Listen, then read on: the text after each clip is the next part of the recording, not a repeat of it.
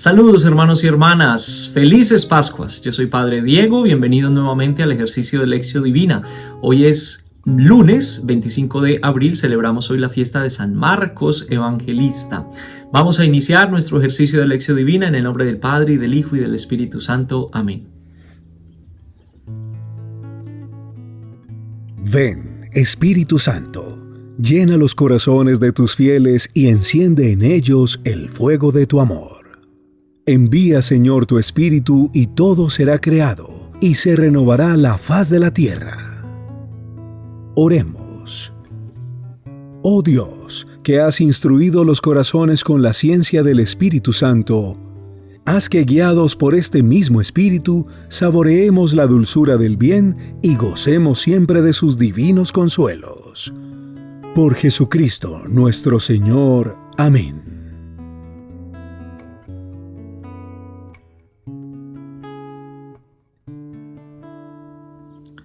Escuchamos hoy en el Evangelio de Marcos, el capítulo 16, los últimos versículos de este Evangelio, versículos 15 al 20. En aquel tiempo se apareció Jesús a los 11 y les dijo: vayan por todo el mundo y prediquen el Evangelio a toda criatura. El que crea y se bautice se salvará. El que se resista a creer será condenado. Estos son los milagros que acompañarán a los que hayan creído. Arrojarán demonios en mi nombre, hablarán lenguas nuevas, cogerán serpientes en sus manos, y si beben un veneno mortal no les hará daño. Impondrán las manos a los enfermos y estos quedarán sanos. El Señor Jesús, después de hablarles, subió al cielo y está sentado a la derecha de Dios. Ellos fueron y proclamaron el Evangelio por todas partes, y el Señor actuaba con ellos y confirmaba su predicación con los milagros que hacían.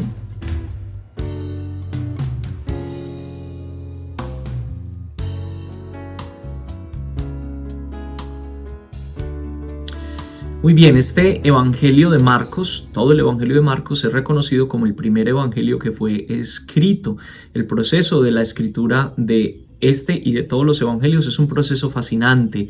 Es como un rompecabezas que se va armando con paciencia, recogiendo los testimonios de unos, de otros, tratando de llenar algunos vacíos en las narraciones, etcétera, etcétera. Es un proceso bien interesante, bien bonito.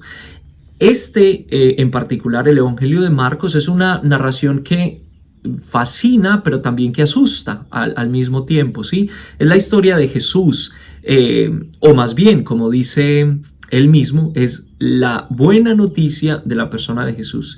Esta primera frase, que está en el capítulo 1, versículo 1 del Evangelio de Marcos, ya es digámoslo así, una postura política, digámoslo. Decir buena noticia era decir, hay una buena noticia que no es la del emperador, que no es la que nos trae el imperio de Roma y sus dirigentes y sus líderes, sino que esta es la buena noticia. Jesús es la buena noticia. Entonces es la noticia o el anuncio de este hombre, la persona de Jesús, que no es un cuento de hadas o una narración mitológica como las narraciones antiguas, sino que es la historia de una persona real, Jesús, a quienes sus discípulos reconocen como el Hijo de Dios, el ungido, el Cristo, Jesucristo, el ungido de Dios, ¿sí? Entonces, este evangelio, esta narración quiere provocar en los lectores una reacción. No solamente se escribe para informar acerca de esta persona, sino que quiere provocar una reacción en las personas. Primero, que crean que Jesús es realmente el ungido de Dios, el Mesías, el Hijo de Dios. Y segundo, que creyendo crean en Él, ¿sí? Es decir, que vivan la vida de acuerdo a las enseñanzas de Jesús, que acepten las enseñanzas, en otras palabras, que acepten el señorío de Jesús en sus vidas. El viaje que hace Jesús en este evangelio desde Galilea a Jerusalén es un viaje físico, sí, pero también describe el viaje espiritual de los discípulos que van aprendiendo el significado de la proclamación de Jesús, que es nada más y nada menos la proclamación de la llegada, de la venida del reino de Dios en medio de nosotros. Por lo tanto, la descripción de los lugares y de las personas es importante porque es precisamente la forma concreta como los discípulos van comprendiendo la predicación de Jesús. Hay dos cosas de este evangelio que me gustan mucho. La primera es que describe a la persona de Jesús como un hombre, mucho más que como un ser etéreo, divino, mitológico. No, lo representa o lo describe, lo pinta, lo ofrece como un hombre real. Sus palabras, sus reacciones, la cercanía que tiene a los que sufren, su propio sufrimiento, hace del Jesús en el Evangelio de Marcos un hombre real. Pero también otra cosa que me gusta mucho es que Marcos no esconde las dificultades del discipulado. Constantemente nos está describiendo y mostrando cómo los discípulos sufrían, no comprendían o era difícil para ellos entender a la persona de Jesús. Las dificultades que tiene ser discípulo de Jesús. El evangelista no tiene ningún miedo de decirlo, de ofrecerlo a sus lectores.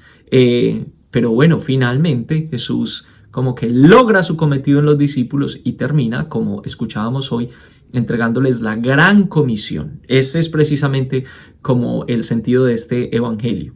Escuchamos hoy, en los últimos versículos, el relato de la ascensión de Jesús al cielo. Y aquí Marcos, que tiene una narración muy lacónica, es decir, muy simple, en pocas palabras, como que envuelve todo lo entrega en unas pocas palabras. En los otros evangelios hay más detalles, es distinto. Este evangelio es un poco más concreto, más conciso.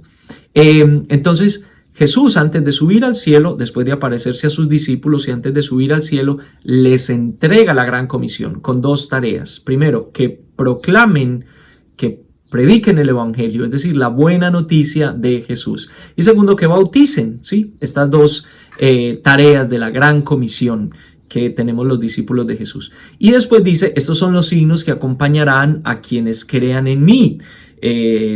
Arrojarán demonios en mi nombre, hablarán lenguas nuevas, cogerán serpientes en sus manos, si beben un veneno mortal no les hará daño, impondrán las manos a los enfermos y estos quedarán sanos. ¿Qué significan estos signos? Digamos que este es como el equipamiento, si se dice equipamiento, o el equipo, o las herramientas, mejor, las herramientas que Jesús le entrega a sus discípulos para que proclamen el reino de los cielos.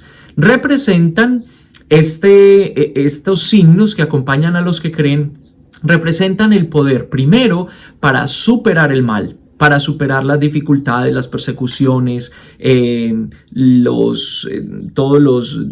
todas las dificultades que tienen los discípulos en este mundo para proclamar el evangelio, el poder para sobreponerse a esas dificultades, pero también el poder para hacer el bien a los otros, ¿sí? Para restaurar la vida y la dignidad, que al final de cuentas ese es el centro del mensaje del reino de Dios, la vida y la dignidad de los seres humanos restaurada. Vamos a leer nuevamente este evangelio.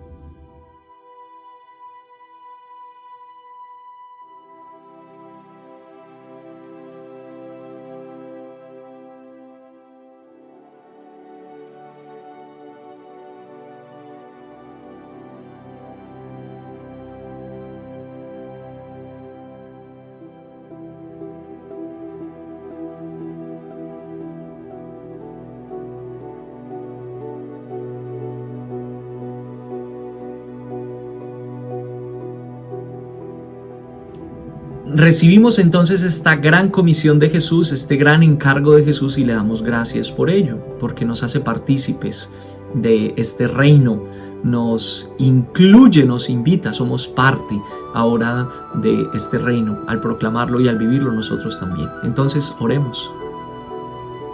Gracias Jesús porque nos has entregado una responsabilidad maravillosa que puede ser difícil, claro que sí, pero tú nos acompañas, tú estás con nosotros y nos regalas signos para superar las dificultades y para hacer nuestro trabajo.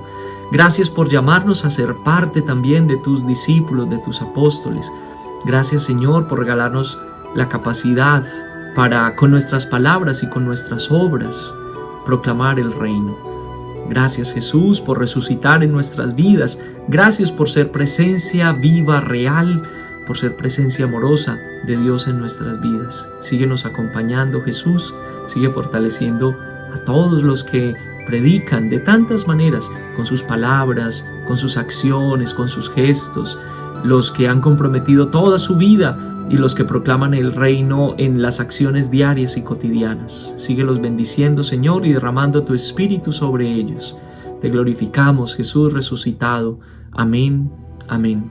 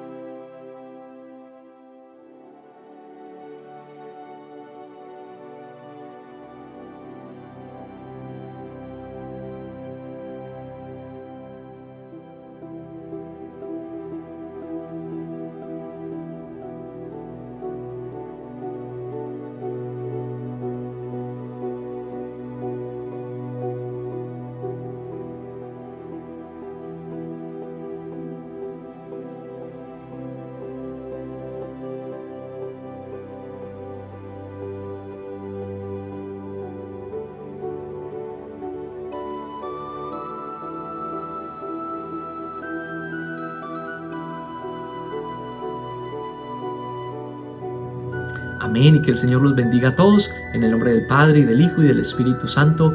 Amén. Un cafecito, nos vemos mañana. Salud, chao, chao.